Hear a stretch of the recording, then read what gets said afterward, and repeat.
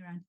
Bishop Jean-Pierre, please, would you come on? We'll stop sharing so we can see you. And would you like to share for a few minutes about your experience of the communion forest and what you're doing? And one moment, and I will be able to highlight you.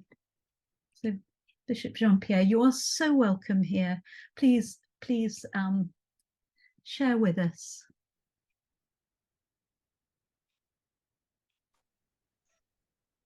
Hello? Hello, we can hear you beautifully. Thank you so much. I'm sorry my internet is on and off, but now if you can hear me, praise God. Greetings from Rwanda, the land of 1,000 hills. And I'm happy to be part of the group now meeting.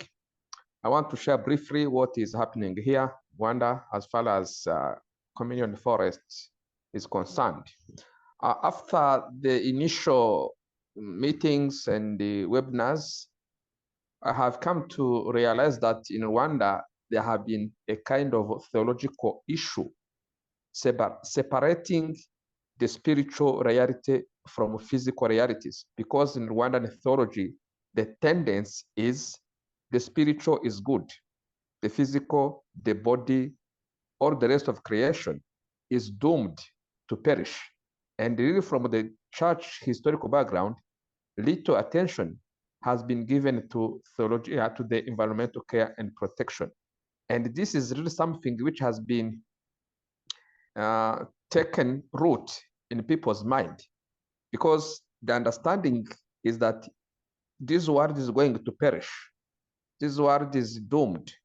And to change this mindset, to change this thinking, is a real struggle. I myself has come to realize the sacredness of the environment through this process, training and the webinars and the course, the ecology we have gone through. So this is something we have to bear in mind, that as we seek to restore the environment, as we seek to care for the creation, this theological issue is really fundamental to take into consideration.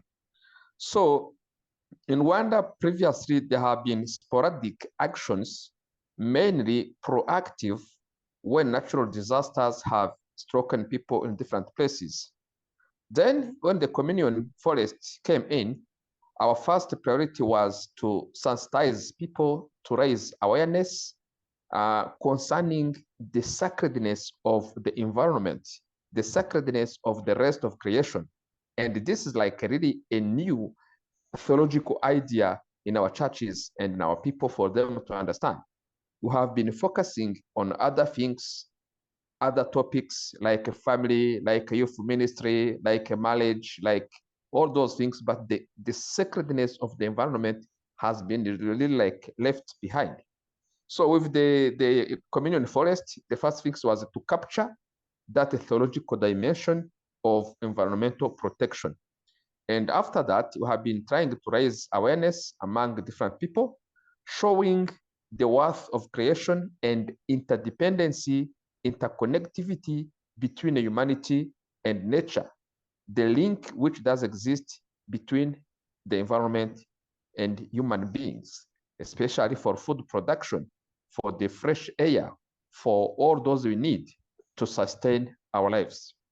On the practical sides, we have been mobilizing people for tree planting. And in this last year, our target was 300,000 trees to be planted. And these include fruit trees, agroforestry trees, and timber-giving trees for land protection and food production at individual level, at family level, at parish level, and at diocesan levels. We have mobilized all our pastors through our conferences, and the bishops. We have given conferences, and we introduced the Green Anglican movement as a way or a network which can help people to connect. And we are now at the level of advocating the integration of environmental protection in our catechism and discipleship programs, so that Christians at local level are fully equipped with necessary knowledge and motivated to start practical actions for environmental protection, especially as far as tree growing is concerned.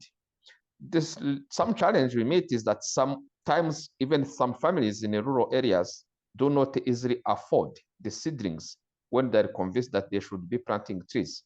So in brief, I appreciate what has been done, what has been initiated, and I see some positive changes because we see now young pastors, young individual people who are embracing the idea and who are in their different places, mobilizing their communities for tree growing. So when we evaluate the last year activities, at least around those 300,000 trees has been growing. It is a matter of continue to do the follow-up and see. And I hope in the future we'll be having more young people and clergy on board to contribute fully to the environmental protection through tree growing as part of the Communion Forest project or program. Thank you so much.